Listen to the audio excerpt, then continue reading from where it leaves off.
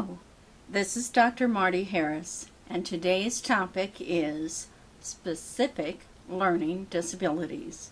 We will be covering foundational information. Our common term for this disability is learning disabilities, or LD, but the federal term used in IDEA is specific learning disabilities.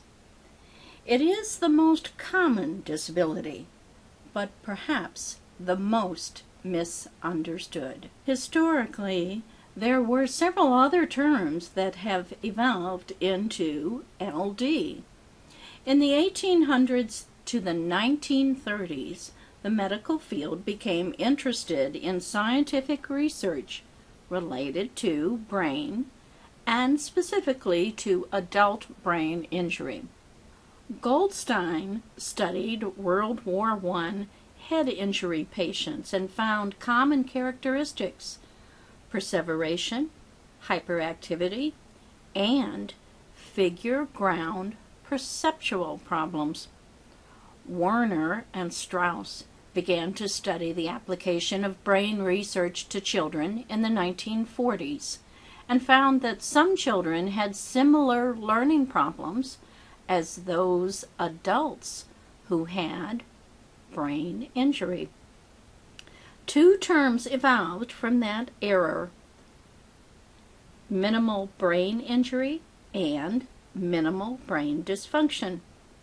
In the 1960s and 70s, Cruikshank, Kephart, and Frostig focused on perceptual skills and their role in children's learning. Although that research was later proven to be flawed, they stimulated more research about and interest in the nature of learning disabilities. In 1963, Dr. Sam Kirk coined the term learning disabilities. He said it referred to children who were experiencing problems in language, speech, reading, and communication skills, but they were not mentally retarded, nor did they have sensory impairments. The evening Dr. Kirk first coined the term learning disability, he was speaking to a parent advocacy organization.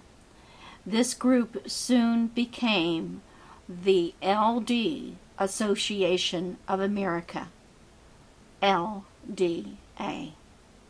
Next, we will look at IDEA's definition of LD and a professional organization, NJCLD, and their definition of LD.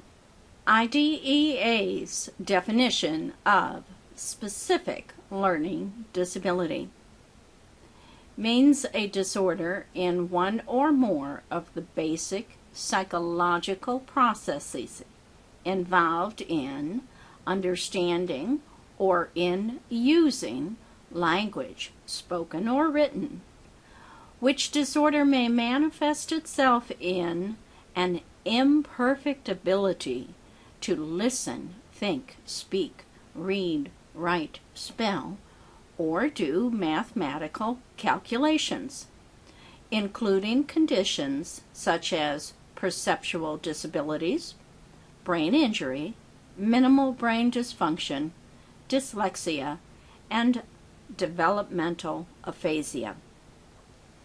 Let's look at the first term you see there in yellow: psychological processes. Psychological processes are hard to define, yet it includes such qualities as memory, auditory processing, visual processing, and processing speed. Let me say those again. Psychological processing includes qualities such as memory, auditory processing, visual processing, and processing speed. Now stop and think about the term imperfect ability. and all the different areas that they're talking about. All these imperfect abilities are highly related to academic success. Some parents often said their child was only slow at school stuff, not in the real world. In fact, we used a horrible term, the 8-hour retarded child, meaning that the 8 hours this child was in school, he wasn't able to function at a normal level. Finally, IDEA's definition of LD includes an exclusionary clause. Specific learning disability does not include learning problems that are primarily the result of vision, hearing, or motor disabilities, of mental retardation, of emotional disturbance, or of environmental, cultural, or economic disadvantage.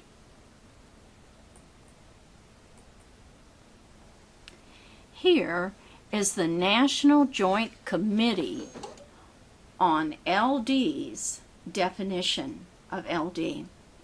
NJCLD was actually 13 professional organizations that came together to discuss and define LD.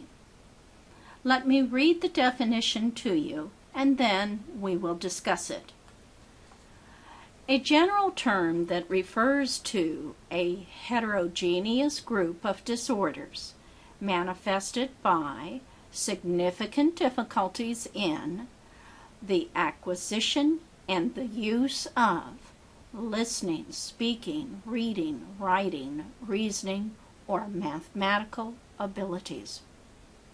These disorders are intrinsic to the individual, presumed to be due to central nervous system dysfunction, and may occur across the lifespan. Problems in self-regulatory behaviors, social perception, and social interaction may exist with learning disabilities, but do not, by themselves, constitute LD. Although LD may occur concomitantly with other handicapping conditions or with extrinsic influences, they are not the result of those conditions or influences. Now let's go back and examine what's different in this LD definition. First of all, it uses the term heterogeneous, which points to the fact that within the LD group there is variance. Not all students with LD are the same. The next word, acquisition, is important because it indicates that these students have trouble acquiring skills at a young age. This means that we can and should identify these children in kindergarten and first grade. In the second paragraph, two very important terms are used. Intrinsic tells us that LD is within the child. It's not something that comes from outside influences. The definition goes on to explain that LD is within a person's neurology and may occur across a lifespan. This paragraph indicates that some students with LD may or may not have social and behavioral problems. More importantly, just because a child has a social and behavior problem, we cannot jump to the conclusion that they have LD.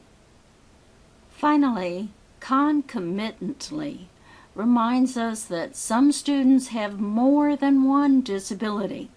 For example, a student may have LD and a speech impairment. This definition points out that a student with LD may also have extrinsic factors that have a negative impact on their learning, such as poverty. Yet it is most important to recognize that neither the additional disability or the extrinsic factors have caused the learning disability. It is an intrinsic neurological part of the child. What are the defining characteristics of LD? 1. General, unexpected underachievement. 2. Resistance to treatment. 3. Unique learning patterns. 4. May have additional problems with social skills. One thing we do know for sure about children with learning disabilities is that no single treatment, explanation, or accommodation is uniformly effective. Let's go over these 4 defining characteristics.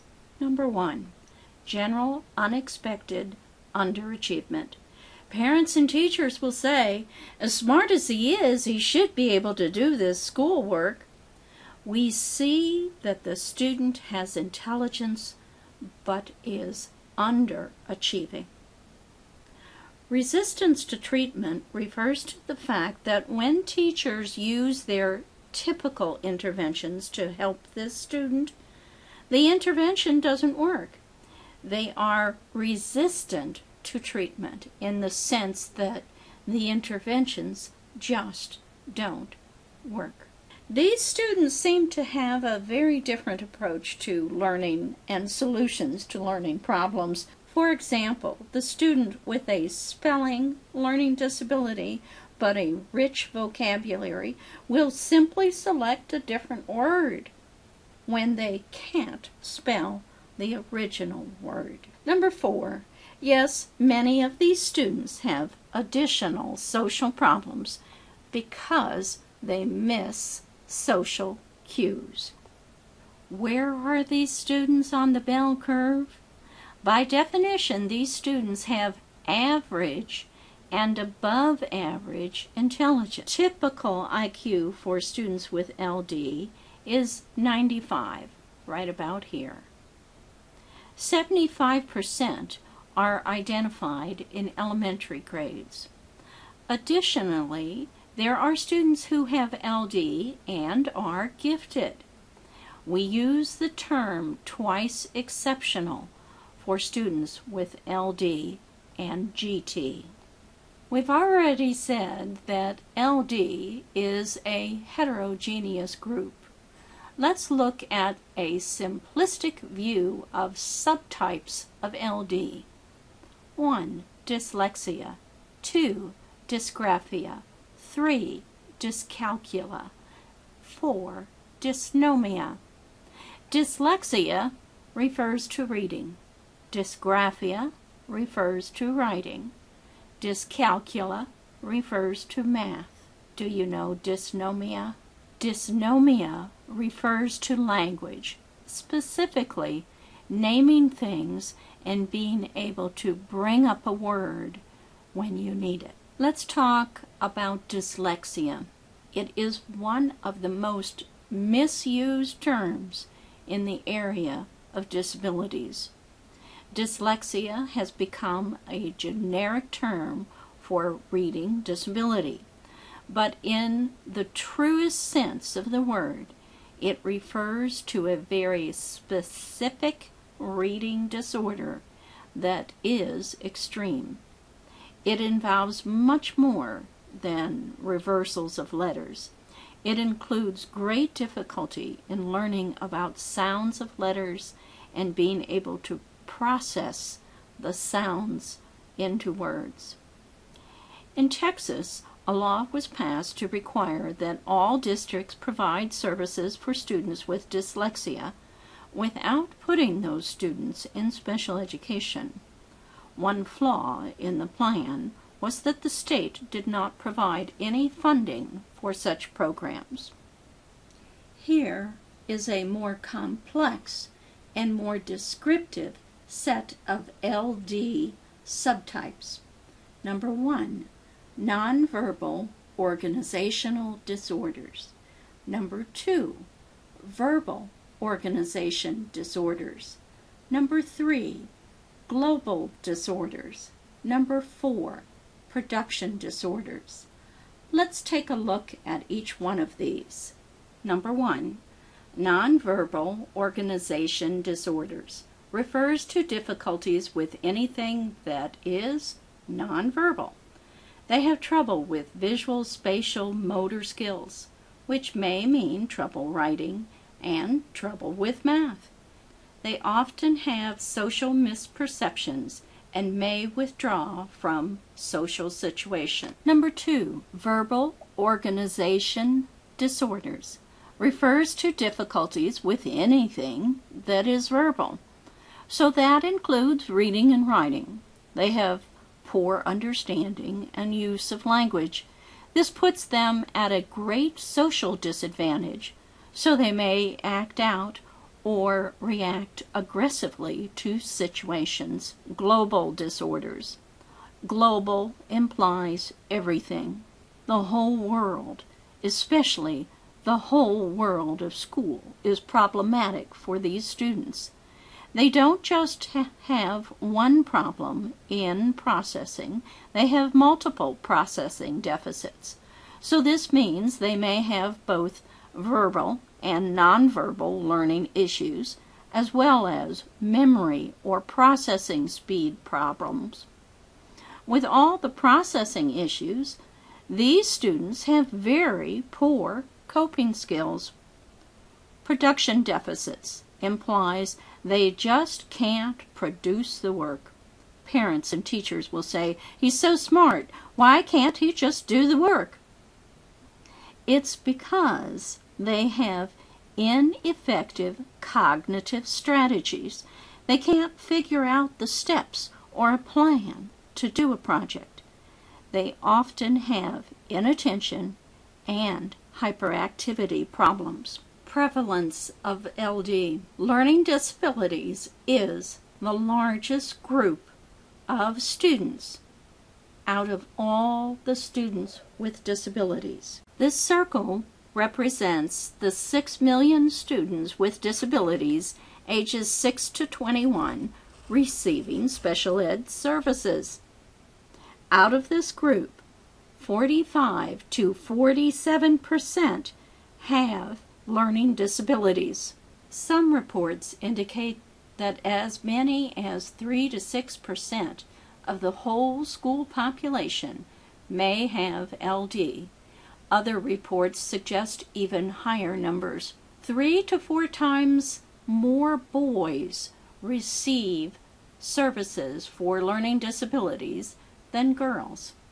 African Americans are underrepresented in this category. Prevalence by state varies. Causes of LD. Take a couple minutes to read through this slide. Some of the things we know and much we don't know about the causes of learning disabilities.